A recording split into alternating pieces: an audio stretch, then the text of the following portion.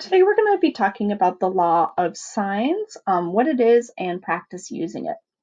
So the law of sines, long story short, is that it's a relationship between side lengths and angles of triangles that allow us to investigate side lengths and angles further. And it actually works for every triangle, not just right triangles. Like we're used to our special right triangles and our right triangle relationships, but the law of sines actually applies to every triangle.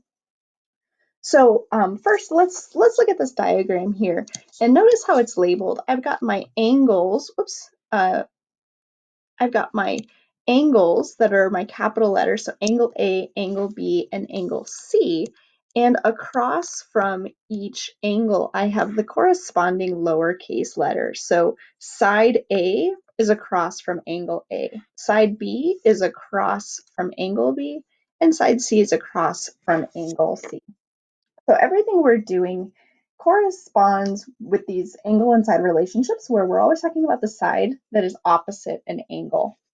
So the law of sines can be thought of as a formula here that tells us that the side A divided by the sine of angle A, so a side and the sine of the opposite angle are equal in proportion to every other pair of opposite angles and sides. So for instance, side B divided by sine of angle B, and side C divided by sine of angle C. So again, this means that for any triangle, not just a right triangle, not just certain triangles, that the ratios between the angles and the opposite sides are always equal. Now, you might see this formula written this way, where we've got the side length in the numerator and the sine of an angle in the denominator. But because these are equivalent proportions, you might also see it written as the sine of an angle over its opposite side length. So it doesn't really matter which way you set up these proportions, as long as you've got the corresponding features in respective spots. So for instance, sides either in the numerator and sine in the denominator, or in reverse. So when do we use the law of sines? Well, there's really two instances when we use the law of sines. So either use it when we have two angles and a side not between them,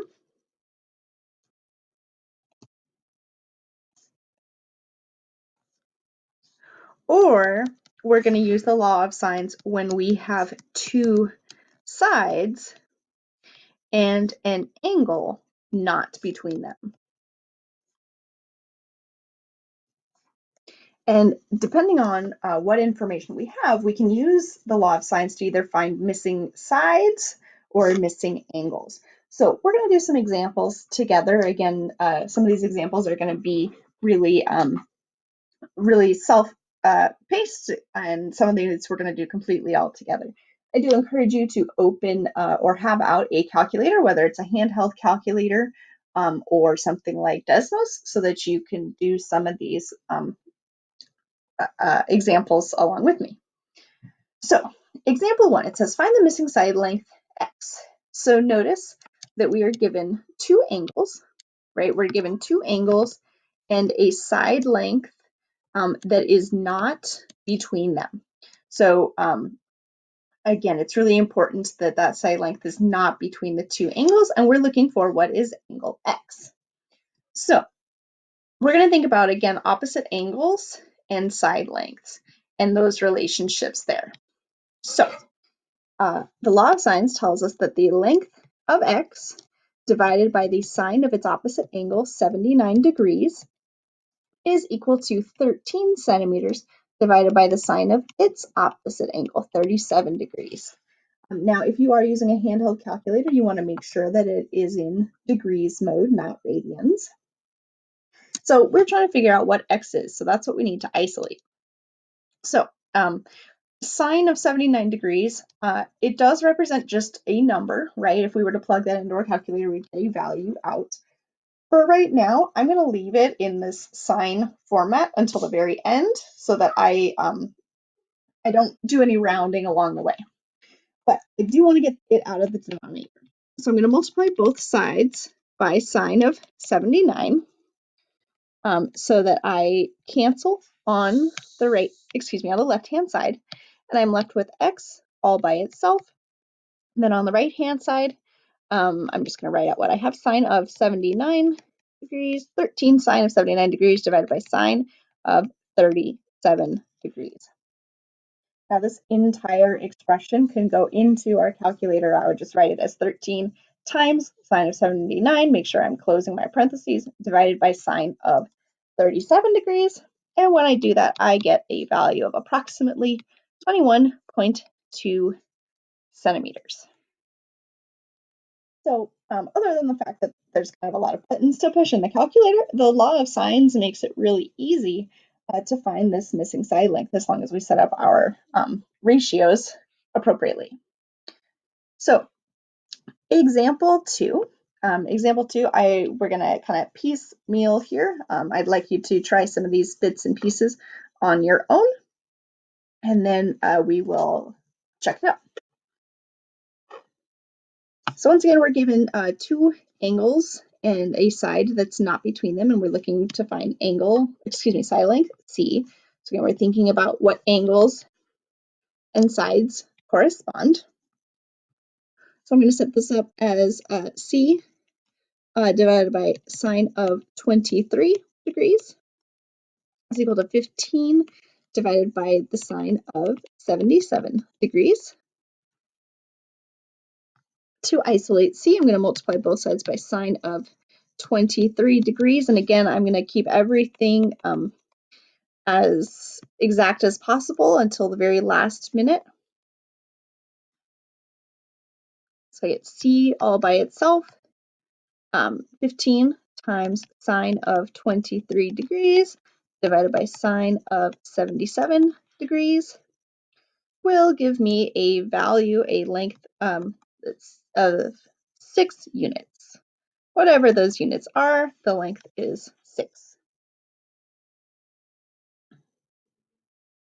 So we can also, besides finding missing side lengths, and I think finding missing side lengths is pretty straightforward, right? We don't have to do anything fancy. Finding angle measures isn't much more difficult, but we are going to introduce a new type of function to help us do this. And so we'll get into that. So taking a look at example 3, it says find the measure of angle A. So angle A is what we're looking for. And we're given two side lengths. And again, an angle that is not between them, and that's important here. So when we set this up, remember that we could set this up as the side length over the sine, right?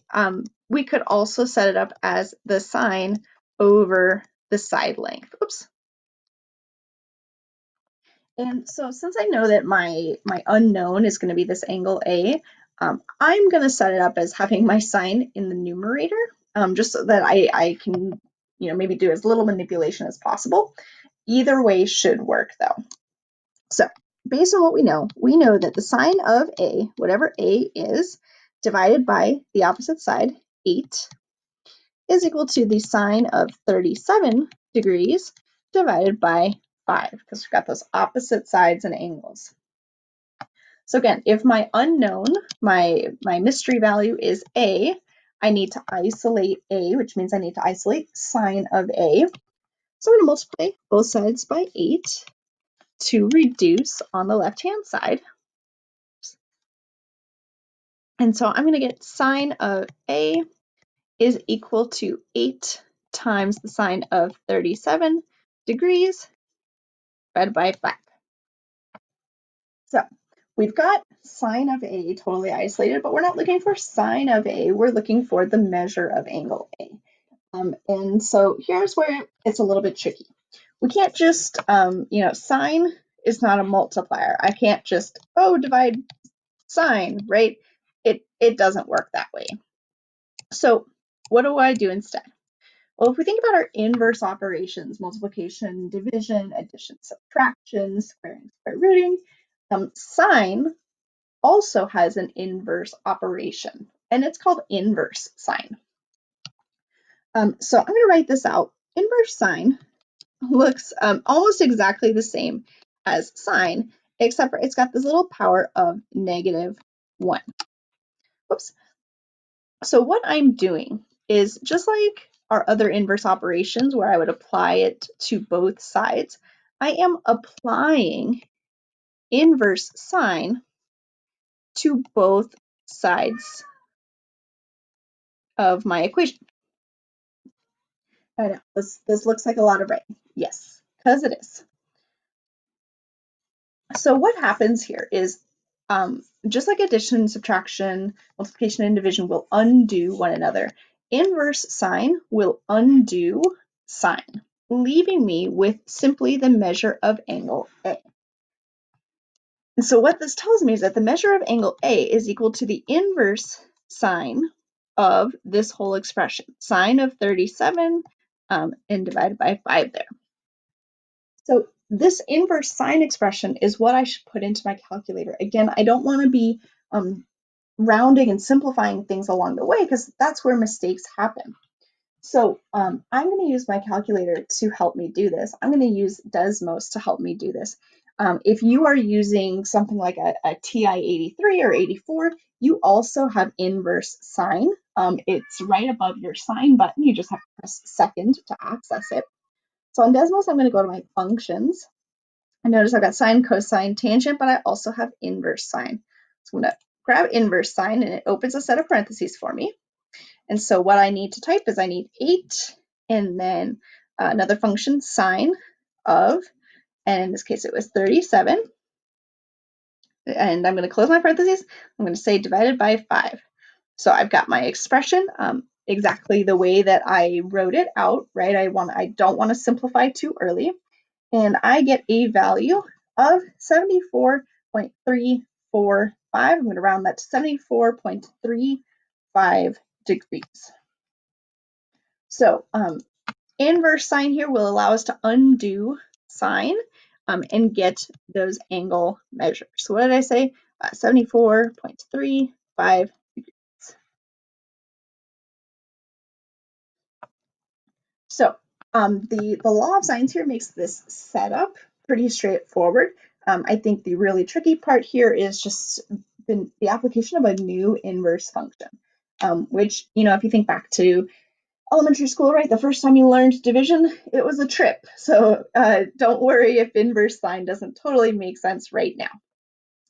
So example 4, again, just a little bit more practice for finding the measure of angle C, given that we have 2 sides and an angle not between them. So setting this up, we have sine of angle C divided by 125, because that's the opposite side, is equal to the sine of 28 degrees divided by 150, again, the opposite length. So I'm going to multiply both sides by 100 and not by 150 by 125 so that I cancel on the left-hand side. And I get sine of C is equal to 125 times sine of 28 divided by 150. And again, to get C completely isolated, I'm going to apply an inverse sine to both sides. So to sine of C, oops, and to 125 sine of 28 to 150. So applying that inverse sine, we'll get C all by itself. And when I do that in my calculator, making sure that I've got everything set up here, let's just zoom in just a bit.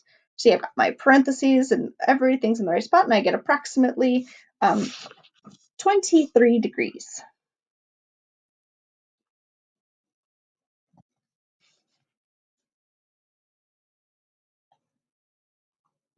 So The law of sines, again, tells us that when we've got opposite angles and side lengths, the proportion between those opposite angles and their side lengths is always going to be equivalent for any given triangle.